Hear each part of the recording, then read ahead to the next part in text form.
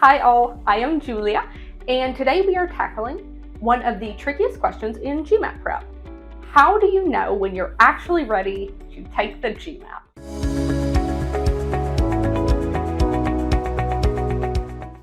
You've put in a bunch of hours, you've reviewed the concepts, you've taken practice tests, but how do you really know you're ready to walk into that testing room and crush it?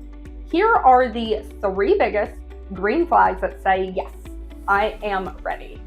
The first one is probably the one you're most familiar with. It is that you are scoring in your goal range on full-length mock exams. But let's break that down.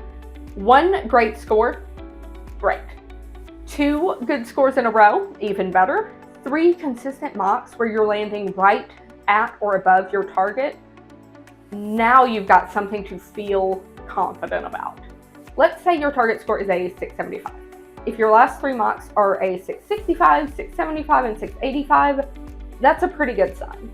What you don't want is a 695 followed by a 635 and then a 705. That is a lot of volatility, and it usually means that something about your test-based strategy or your mastery of certain topics isn't quite where you would like it to be. And yes, conditions matter. You can't pause the real GMAT, so you shouldn't pause your mocks. No extra snacks, no checking messages, no pausing the exam to desperately try to recall a formula. Simulate the environment.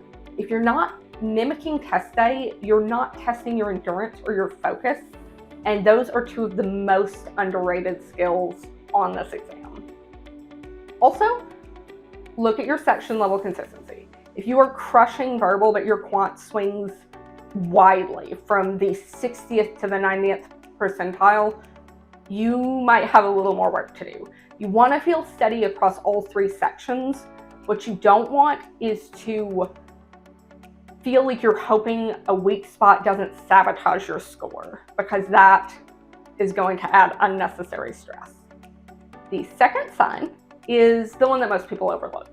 Your accuracy when there's no time pressure. Untimed practice, that is where you build your foundation. It's where you train yourself to think like the test writers and internalize what the GMAT is actually testing. If you are still regularly missing questions during untimed drills, your concepts aren't locked in yet. I'm not talking about solving everything perfectly, but if you're aiming for a top score, your untimed accuracy should be around 90%. Not just on easy questions either, but on harder questions as well. And don't just mark wrong or right. For every question, do a little investigation. Ask, why did I choose that answer? Why is it wrong or right? What trap did I fall for? And what was the clue that I missed? All of those sorts of things can help you drill down to deeper problems. When you hit that level of reflection and you can start to see patterns like, oh, I always assume that correlation equals causation, or, oh, I keep misreading the tone of reading comp passages. You're building durable, test-ready reasoning skills that will serve you well. Third, let's talk about your error log. And if you don't have one, this is your nudge to start it tonight. Your error log isn't just a record of misses, it's your personal GMAT diagnostic tool. It shows you the types of traps that you fall for, the question types that you hesitate on, the logical flaws that trick you, the formulas you forget, and the timing slip-ups that derail your performance. Here is a good test. Pull up 10 questions that you got wrong a month ago. You should have a list. Could you answer those questions correctly today? And explain why your new answer is better. If yes, awesome, you are improving strategically.